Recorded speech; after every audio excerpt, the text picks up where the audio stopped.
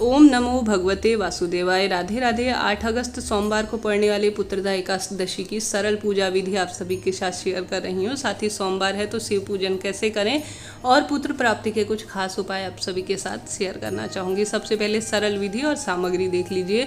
आपके पास लड्डू गोपाल बाल स्वरूप हो तो उन्हें भी इस जगह पर स्थापित कर सकते हैं, नहीं तो आपके पास श्री हरि विष्णु की कोई भी प्रतिमा हो तो उन्हें स्थापित कर लीजिए। पीले रंग का पाटा बिछा लीजिए और अपने जो है पीले रंग के वस्त्रों का चयन कर लिए। सोमवार का दिन है तो शिव पूजा इस दिन विशेष मानी जाएगी।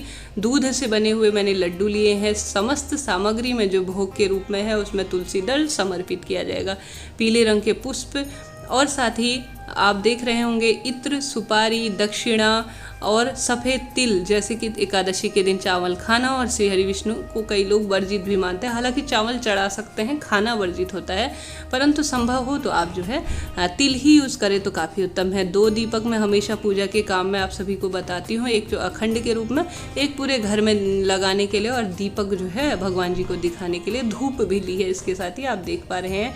साथ ही आप चाहें तो दीप कलश स्थापित कर सकते हैं जैसा कि दिया हुआ है। आप नहीं चाहते कि दीप कलश इत्यादि तो मात्र एक जल का लोटा समर्पित कर सकते हैं उस कलश की स्थापना में। आप सबसे पहले बाजार से लाई हुई जो सामग्री है उस पर जो है जल के छींटे दे दीजिए और स्वयं के ऊपर भी जो है आप 3 बार आचमन करते हुए या स्वयं सरल तरीके से कहूँ तो अपने पूरे शरीर पर जो है जल के छींटे देते हुए सर्वप्रथम दीपक प्रज्वलित किया जाता है प्रत्येक पूजा में। इस बात का ध्यान, आप चाहें तो दोनों शुरुआत में ही जला सकते हैं, कोई दिक्कत की बात नहीं है। आप चाहें तो अंत में जब आरती करेंगे तब दूसरा वाला जला सकते हैं। इसके साथ ही सबसे पहले किसी भी पूजा में दीपक जो है गणेश जी महाराज का पूजन होता है तो उनका पूजन कर लेंगे विधि विधान के साथ। उसमें आप जैसे विधि विधान से सरल तरीके से हल्दी, चंदन, हल्दी माफ़ कीजिएगा, कुमकुम, चंदन और साथ ही जो वस्त्र के रूप में ओम वस्त्रम समर्पयामि कहते हुए आप वस्त्र इत्यादि और पुष्प और सुपारी समर्पित कर दीजिए। इसके बाद जो दीपक प्रज्वलित कर रखा है उस पर भी थोड़ा सा रोली, चंदन इत्यादि अर्थात अग्निदेव के स्वरूप में है तो उन पर भी थोड़ा सा इन चीज़ों का छिड़काव कर दीजिए। इसके साथ ही आवश्यक रूप से यहाँ पर आप भगवान शिव का प्रतिमा रखना चाहें तो उनका पूजन कर सकते हैं, नहीं तो शिव मंदिर में जाकर इसके बाद पूजन कर लीजिए।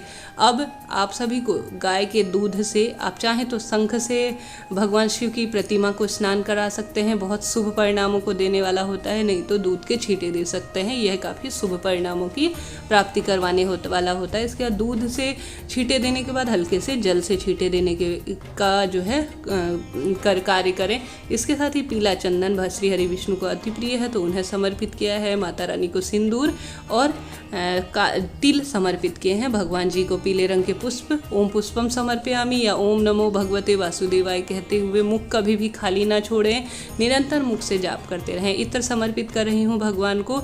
इसके साथ ही आप जो है पीले रंग के वस्त्र समर्पित कर सकते हैं। इसके साथ ही जब तक आप सभी को एक खास उपाय दे दूं, आप पुत्र प्राप्ति की इच्छा रखते हैं तो जैसे आप स्क्रीन पर देख रहे हैं संतान गोपाल मंत्र का इस दिन 108 बार जाप करते हैं तो काफ़ी शुभ फलों की प्राप्ति होती है।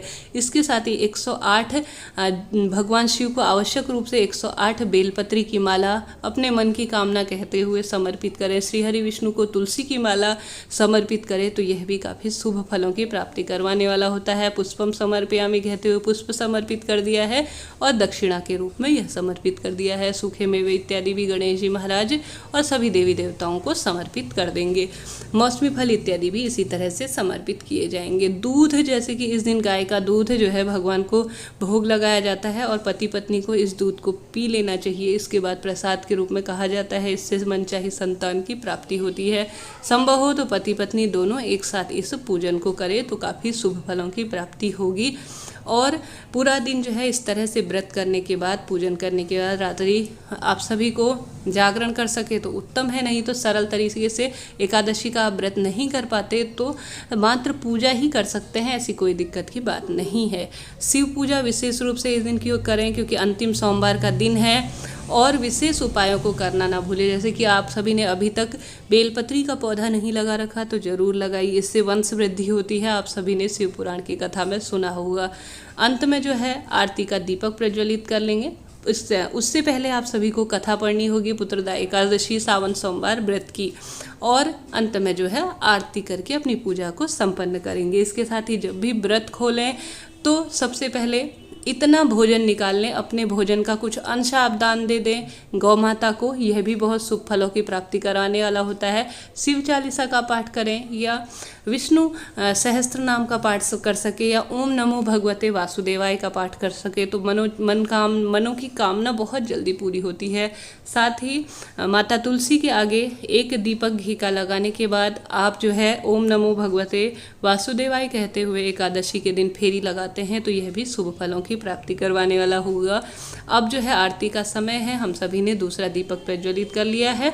जैसे आप देख रहे हैं गणेश जी महाराज की आरती कर लेंगे, उसके बाद श्री हरि विष्णु की आरती करेंगे। जैसे कि मैं हर एक पूजा में दीपक के नीचे कुछ ना कुछ चीज़ों का आसन देना शुभ फलों की प्राप्ति करवाने वाला होता है। आज की वीडियो सरल तरीके की थी, आप सभी को मुझे उम्मीद है पसंद आई होगी। शिव पूजा करना ना भूलें क्योंकि आज सावन का सोमवार का दिन रहेगा, इससे भी मनचाहे फलों की प्राप्ति होती है। भगवान शिव से अपनी मनोकामना जरूर कहे। कई तरह के शुभ संयोग बन रहे हैं। आज की वीडियो अच्छी लगी हो तो हर हर महादेव जरूर लिखे। राधे राधे।